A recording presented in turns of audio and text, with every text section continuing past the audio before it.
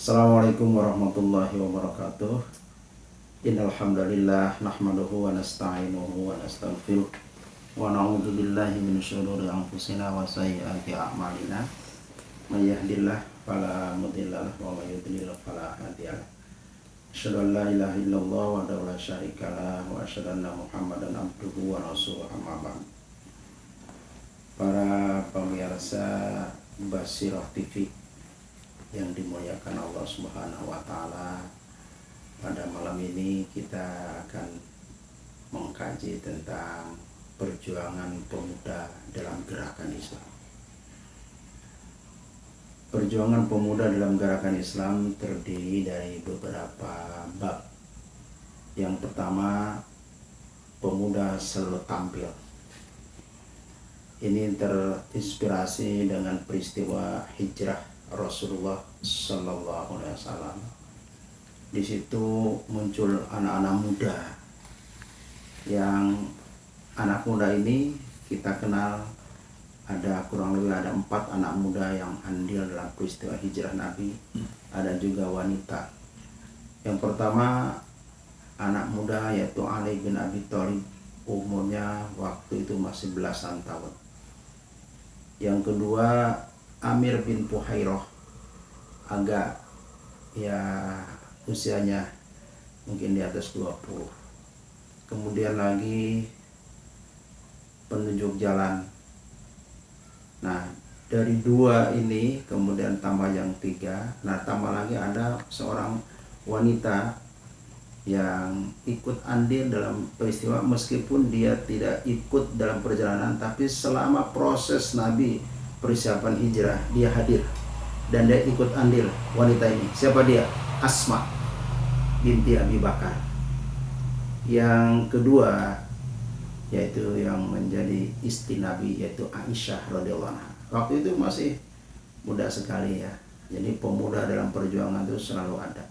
Nah, bagaimana sekarang pemuda yang disebutkan dalam sirah ini? Ali bin Abi Thalib.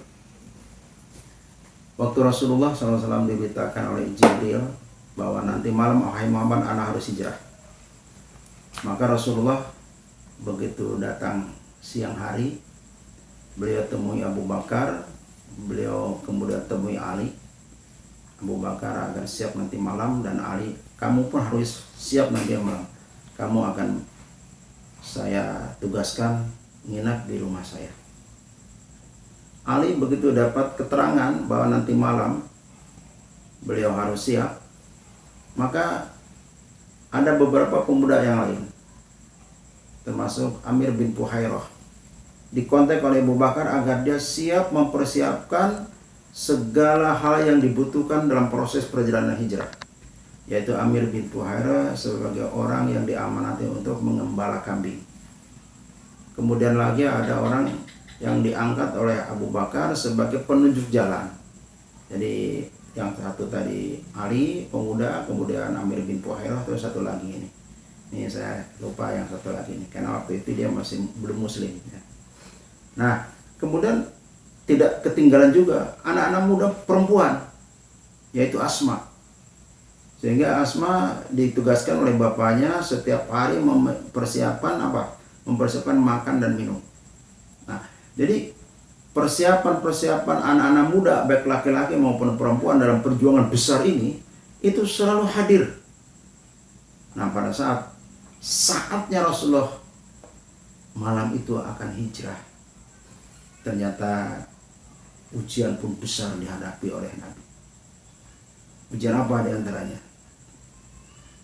Rasulullah tiba-tiba mendengar di luar rumah, ya mungkin kalau ini rumah Ustaz di sini, itu di luar tuh orang pada bicara, pada berisik.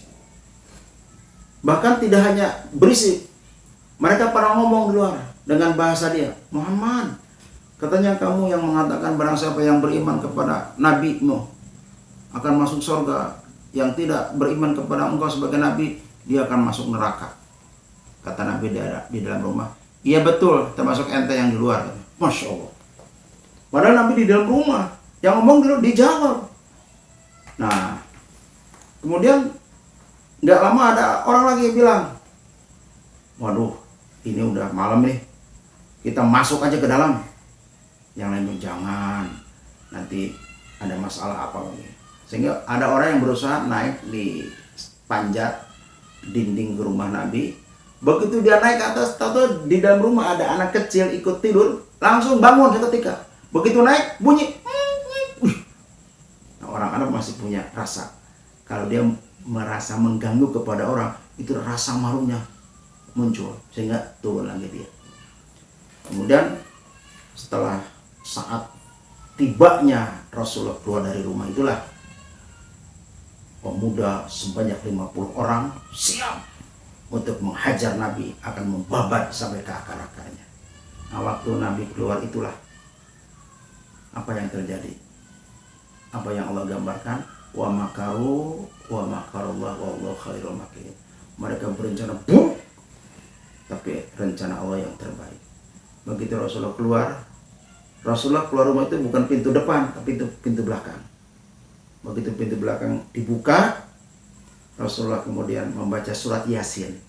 Karena waktu itu belum lama surat Yasin diturunkan.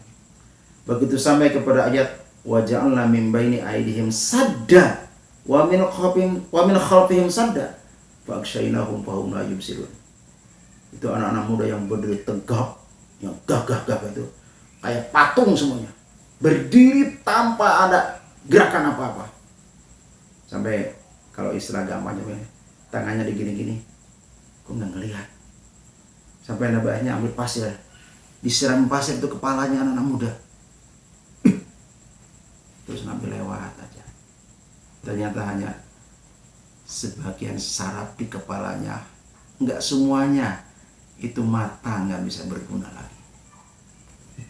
Coba kalau kita renungkan masalah ini, hanya sebagian kecil saraf manusia dibelokkan, itu matanya nggak berfungsi, penglihatannya nggak berfungsi, perasaannya sudah nggak berfungsi. Disiram pasir aja kepalanya nggak mau bergerak. Rasulullah lewat di depan mereka. Rasulullah lewat, tiba-tiba setan di tengah itu muncul, berbentuk seorang kakek-kakek dari negeri Najd.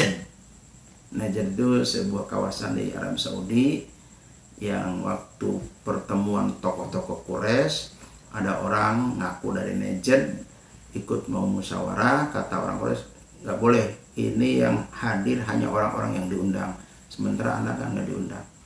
Ya saya tahu saya nggak diundang, tapi kan saya punya pandangan. Mungkin di antara yang hadir nggak punya pandangan, saya punya. Atau orang punya pandangan, saya bisa debat. Hanya kepala musyawarah berencana, boleh orang ini ikut. Nah, akhirnya begitu dia ikut, ternyata orang ini bukan sembarangan orang. Dia iblis menjelma seorang laki-laki tua. Dan putusan dia itulah yang diterima oleh musyawarah, yaitu yang pertama menyampaikan Abu Jahal, tapi dikuatkan oleh orang tua ini. Kemudian putusannya Nabi akan dikepung di rumahnya, akan diiris dagingnya. Per iris itu akan ditaruh dalam satu gang. Pokoknya gang ini satu iris daging Nabi. Jadi kalau di Mekah ada 100 gang, itu 100 irisan daging Nabi akan dicecer-cecerkan oleh mereka. Tapi apa yang terjadi? Gagal semuanya. Nah, gagalnya itu tadi, pada saat dia mau mencegah Nabi ternyata diberikan kelebihan oleh Allah. Dia baca surat Yasin, ternyata apa yang Allah katakan dalam surat Yasin, aku jadikan di depan mereka tutup, di belakang tutup, di sini sana tutup semua. Akhirnya mereka tidak bisa melihat. Nah, akhirnya mereka setelah didatangi orang tua, kamu ngapain di sini? Saya nunggu Muhammad. Muhammad udah keluar tadi di sini. Oh enggak. Kamu nggak yakin? Coba kepalamu dipegang. Waktu dia pegang kepala, ternyata bener lah. Kok kepala saya ada pasir? Wah, disitulah anak muda, namanya anak muda. Kepalanya disiram pasir kan kayak nggak punya harga diri kan. Langsung yang tadinya mereka hati-hati, sekarang langsung loncat, didobrak itu pintu Nabi. Wah, masuk dalam rumah.